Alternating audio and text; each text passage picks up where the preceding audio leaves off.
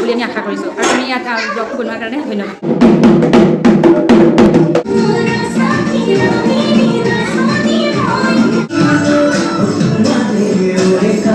নমস্কাৰ বন্ধু বান্ধৱীসকল, মোৰ ইউটিউব চেনেল নৱজ্যোতি গগৈ ব্লগলৈ সকলোকে পুনৰবাৰ স্বাগতম জনাইছোঁ।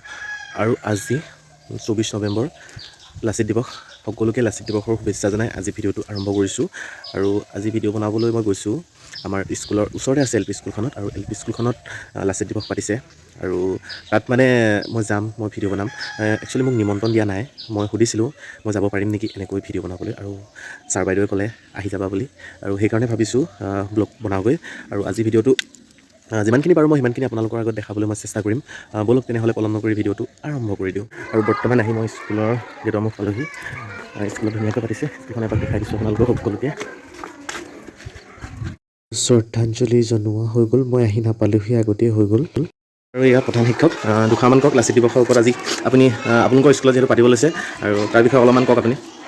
আজি 24 নৱেম্বৰ তাৰিখে আমি ছাত্ৰ ছাত্ৰী আৰু অভিভাৱকসকলে লগ হৈ লাচিত বৰফুকনৰ শ্ৰদ্ধাঞ্জলি জনোৱা হ'ল প্ৰথমে।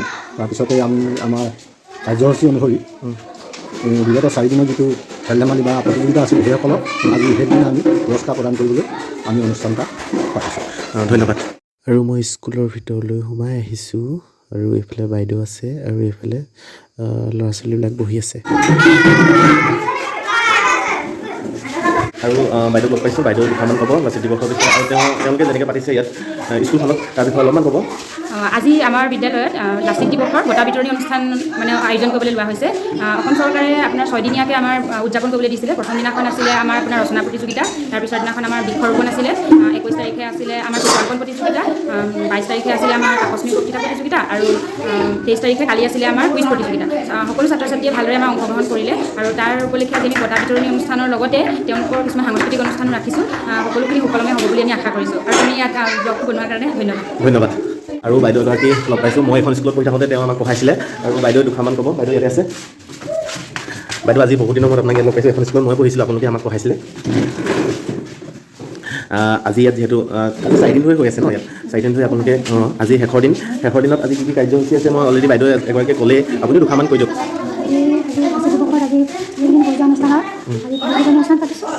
ছাত্ৰ ছাত্ৰীসকল বা অভিভাৱক আমি নিমন্ত্ৰণ কৰিছোঁ, তেওঁলোকে যিখিনি পাৰদৰ্শিতা দেখালে সেইখিনি ওপৰত আমি তেনেকৈ প্ৰাইজ ডিষ্ট্ৰিবিউশ্যন কৰিম বুলি লৈছোঁ। আমাৰ বিদ্যালয়ৰ পৰিচালনা যদি প্ৰেচিডেণ্টটো আছে ইয়াত, তেখেতকো নিমন্ত্ৰণ কৰিছোঁ। ঠিক আছে, তেনেহ'লে শেষলৈকে ভিডিঅ'টো সকলোৱে চাব আৰু দেখা পাব। আৰু এইকেইজনী আমাৰ ওচৰৰ একেবাৰে ওচৰৰ আঁচনি। কি নাচিবা? বিহু, আধুনিক নৃত্য। তুমি আধুনিক নৃত্য। আৰু কোন আছে? এইফালে ঢুলীয়া এটা দেখিছিলোঁ, ঢোল বজাবা নেকি? ঢোল বজাবা। আৰু কোনে নাচিব? এইফালে কি কৰিবা? ঢোল বজাবা। তাৰপিছত তুমি বিহু নাচিবা। আৰু তুমি বিহু নাচিবা। আজি 24 তাৰিখ, আজি দিনটোতে আমি লাচিত দিৱস অৰ্থাৎ লাচিতৰ ছবিত আমি শ্ৰদ্ধাঞ্জলি জনালোঁ, আৰু তাৰ পাছতে আমি এখন সভা আৰম্ভ কৰিব বিচাৰিছোঁ। সভাৰ আৰম্ভ কৰাৰ আগতে আমি আমাৰ 917 নং বান্দৰমাৰী প্ৰাথমিক বিদ্যালয়ৰ বৰ্তমান সভাপতি উপস্থিত আছে, গতিকে তেখেতক এখন প্ৰধান গামোচাৰে সম্বৰ্ধনা জনাবলৈ আমাৰ জিলা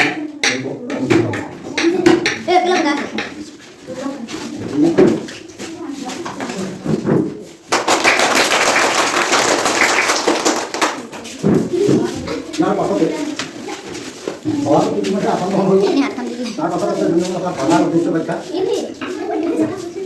সভাৰ উদ্দেশ্য ব্যাখ্যা সমগ্ৰ আজি সভাত উপস্থিত থকা অভিভাৱকসকল আৰু ছাত্ৰ ছাত্ৰীসকল আৰু বৰ্তমান উপস্থিত সন্মুখে আজি আমাৰ সভাখনৰ উদ্দেশ্য 5 দিনীয়া কাৰ্যসূচীৰে উদযাপন কৰা। আজি 24 তাৰিখৰ দিনা উদযাপন কৰা হৈছে। গতিকে আজি লাচিত দিৱসত যিসকল ছাত্ৰ ছাত্ৰীয়ে বিভিন্ন প্ৰতিযোগিতাত অংশগ্ৰহণ কৰি ভাল ফলাফল দেখুৱালে, তেখেতসকলক আমাৰ তৰফৰ পৰা নিশ্চিতকৈ বঁটা হিচাপে কেইটামান বঁটা আমি আগবঢ়াবলৈ বিচাৰিছোঁ। সেয়ে আজি বঁটা বিতৰণী অনুষ্ঠান আমি পতা হৈছে, আৰু সভাৰ উদ্দেশ্য ব্যাখ্যা ইমান। প্ৰাথমিক বিদ্যালয়ৰ প্ৰধান শিক্ষক বাইদেউ, উপস্থিত অভিভাৱক অধ্যাপিকাসকল আৰু মোৰ মৰমৰ ছাত্ৰ ছাত্ৰীসকল, আমি আজি সকলোৱে 24 নৱেম্বৰ তাৰিখে লাচিত দিৱসৰ বঁটা প্ৰদান অনুষ্ঠানত অভিভাৱক সকলোৱে আমি কমিটিলৈ একগোট হৈছোঁ। আমি সকলোৱে জানো লাচিত বৰফুকন আমাৰ অসমৰ এজন জাতীয় বীৰ। তেখেতৰ দেশপ্ৰেম, তেখেতৰ কৰ্তব্যনিষ্ঠা, তেখেতৰ সময়নিষ্ঠা সকলোবিলাক আমাৰ মাজত তেওঁ দেখুৱাই থৈ গৈছে। তাৰ উদাহৰণস্বৰূপে আমি তেখেতে শৰাইঘাট যুদ্ধত তেখেতৰ যি অৱদান সেয়া আমি সকলোৱে দেখিবলৈ পাইছোঁ। তেখেতে শৰাইঘাট যুদ্ধত নিজৰ নৰিয়া দেহাৰে সকলোবিলাক আওকাণ কৰি দেশপ্ৰেম জাগ্ৰত কৰি তেওঁ সেনাসকলকো উদ্ধুদ্ধ কৰি শৰাইঘাটনত মোগলক দেখিবলৈ সক্ষম হৈছিল। আৰু তাৰ কাৰণে মোগলৰ এজন প্ৰবল সেনাপতি ৰামসিংহয়ো তেখেতক প্ৰশংসা নকৰি নোৱাৰিছিল। তাৰোপৰি তেখেতৰ দেশপ্ৰেমৰ উদাহৰণ হিচাপে তেখেতে নিজৰ মোমায়েকক শিৰচ্ছেদ কৰিছিল বুলি আমি জানো। তাৰ ৰাণীৰূপে আমি দেশতকৈ মোমাই ডাঙৰ নহয় এই কথাষাৰ আমি সকলোৱে জানো। তেখেতৰ বিষয়ে কৈ শেষ কৰিব নোৱাৰি। তথাপিও তেখেতৰ সামৰিক আৰু অসামৰিক শিক্ষাৰ বিষয়ে ক'বলৈ গ'লে তেখেতে এটা ৰাজকীয় পৰিয়ালত জন্মগ্ৰহণ কৰাৰ কাৰণে তেখেতে সৰুৰে পৰাই নিজৰ শিক্ষাখিনিৰ লগতে সামৰিক শিক্ষাও লাভ কৰিছিল। তেখেতৰ পিতৃ আছিল মোমাই তামুলী বৰবৰুৱা, যিজন মোমাই তামুলী বৰবৰুৱাৰ নিজৰ বাৰীখন আছিল কুমাৰী ভাত খাবলগীয়া, আৰু সেইটো কাৰণে সেই সময়ৰ স্বৰ্গদেৱে তেওঁক প্ৰথম বৰবৰুৱা হিচাপে নিয়োগ কৰিছিল। তাৰপিছত লাচিতেও তেনেদৰে প্ৰথমে হাস্তিধৰা তামুলী, তাৰপিছত গৈ তেখেতে ঘোঁৰাচৰা তামুলী আৰু শেষত গৈ তেখেতে বৰফুকন উপাধি লাভ কৰিছিল। আৰু এই বৰফুকনেই তেখেতে লাচিত শৰাইঘাট যুদ্ধত বিশেষ ভূমিকা গ্ৰহণ কৰিছিল।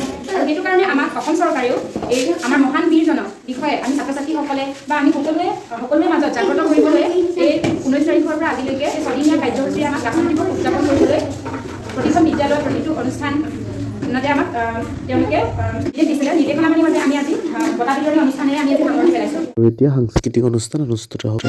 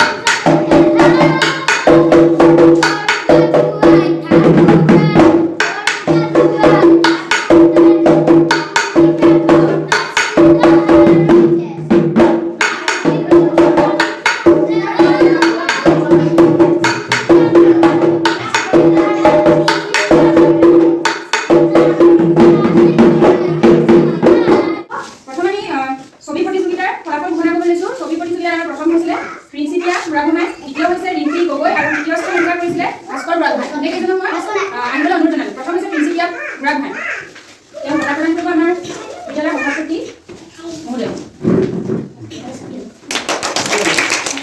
দ্বিতীয় স্থান পাইছে ৰিম্পী গগৈ। আপোনাৰ প্ৰতিযোগিতাৰ প্ৰথম হৈছে অংকুৰ গগৈ। দ্বিতীয় স্থান পাইছে সুমি খনিকৰ।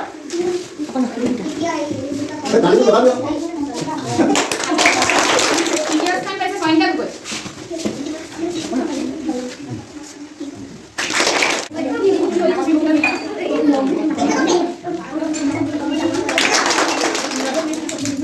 আমি পাঁচটা দল গ্ৰহণ কৰি আছিলোঁ।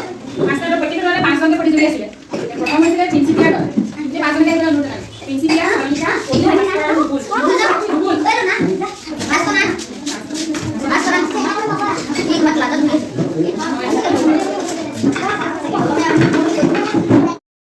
আৰু সকলো ছাত্ৰ ছাত্ৰীকে ভাত খাবলৈ দিয়া হৈছে আৰু এইফালে বহি এনেকৈ খাই আছে আৰু আমাকো দিছে খাবলৈ, আমিও খাই লওঁ। আৰু